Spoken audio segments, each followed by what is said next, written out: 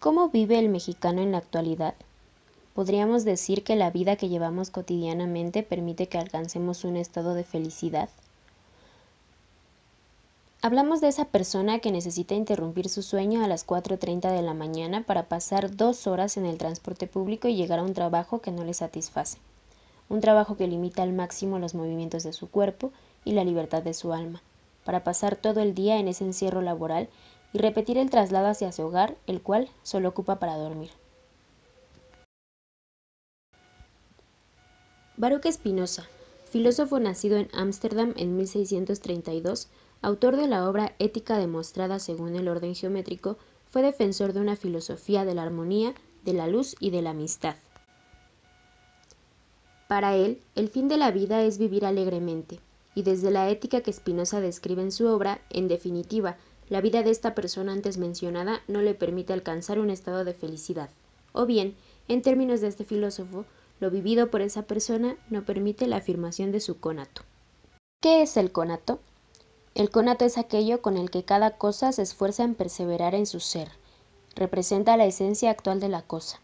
Si tratamos de asemejarlo a algún concepto mejor conocido, el conato puede entenderse como voluntad.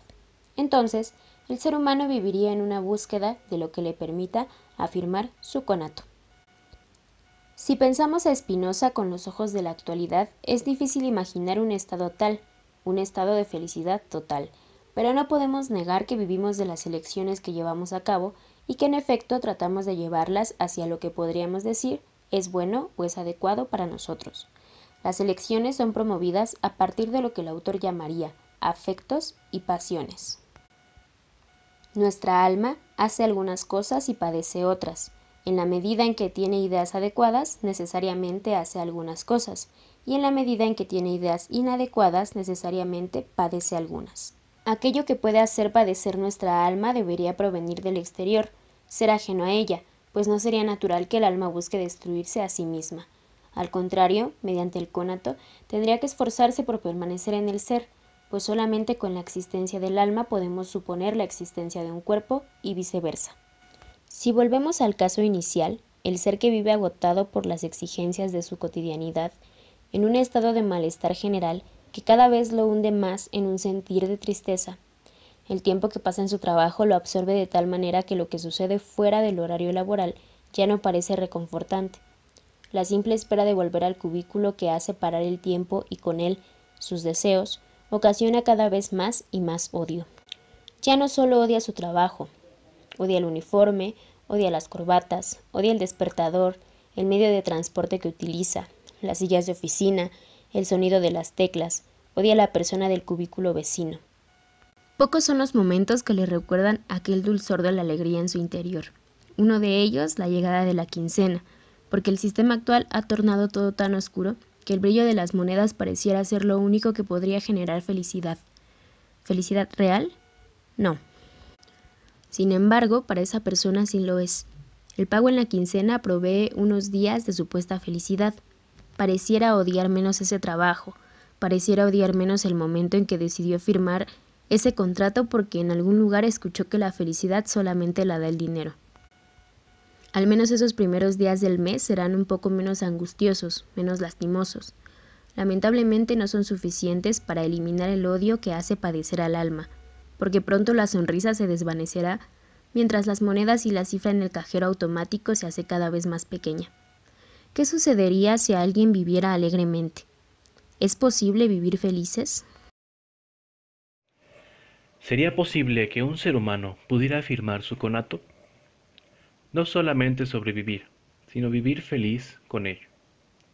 Tal vez, aunque ante los ojos de la actualidad, quienes viven en una cotidianidad absorbente, lo verían como algo anormal, algo anárquico y algo que está mal hecho. Pensamos ya en una persona que odia todo su día para ver llegar el brillo de las monedas. Pero tal vez esta persona, en su falsa felicidad, se ha encontrado con otras quienes han alcanzado a experimentar una alegría mucho más duradera de la que nuestro ejemplo anterior. Tal vez la escuela no es para todos, pero eso no importa. Es nuestro derecho y obligación. Pero si alguien decide que puede vivir feliz sin ser cotidiano, será retirado de su comunidad. Este ser tal vez aprende en sus ratos libres un oficio de su familia, de sus amigos o de algún otro conocido, o de un desconocido también. A la misma edad que nuestro ejemplo anterior, presentará muchas más diferencias. Al no seguir un canon estricto y estructurado, viajará a pie o en transporte público, o tal vez en el carro de un amigo, transporte propio. Incluso podría ir en bicicleta a su trabajo. Pero no va con el estrés de odiar ese transporte.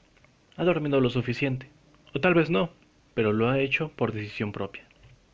Llega a trabajar a un lugar libre, donde todos conocen su responsabilidad y cada quien hace lo que le corresponde, y lo que sabe hacer.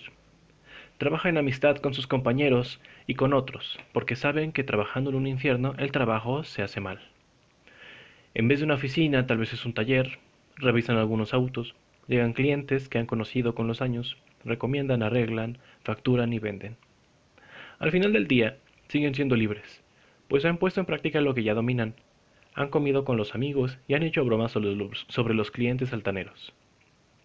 Han ganado lo suficiente para alimentar a su familia y con eso son felices. Tal vez esta familia les ha reclamado constantemente que podría poner su propio negocio, expandirse, encontrar un mejor lugar. Pero, ¿esta persona qué necesidad tendría? Si ya hay un jefe que en acuerdo mutuo han tenido ganancias justas, ha sido libre en su trabajo y puede ser libre después, no sería tan necesario. Llega cansado, pero por algo que le agrada, algo que disfruta. Aún así, decide juntarse con los de la colonia a platicar. No odia su despertador.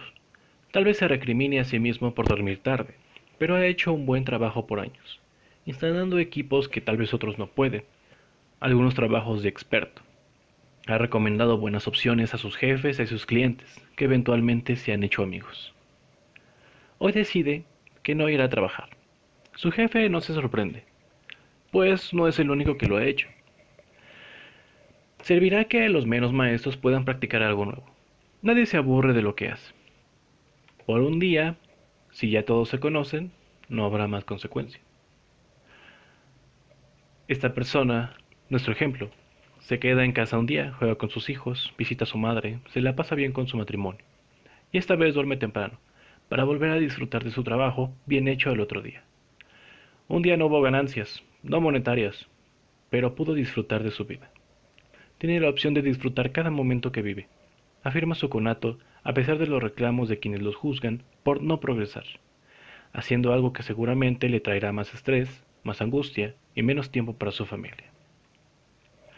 Si bien esa persona lo ha logrado sin necesidad de una educación académica avanzada, no quiere decir que con esta será imposible. Tal vez alguien ha estudiado medicina y ama cultivarse en este hábito. Está disfrutando de su vida igual que nuestro ejemplo anterior. Ha conseguido un puesto que le exige muchísimo, pero ama haber elegido ese camino, porque es algo que sabe hacer, algo que domina y disfruta sin tener que dejar al lado otros proyectos personales. Tal vez la familia, tal vez él mismo, tal vez una mascota, pero ha dominado ese estado de felicidad.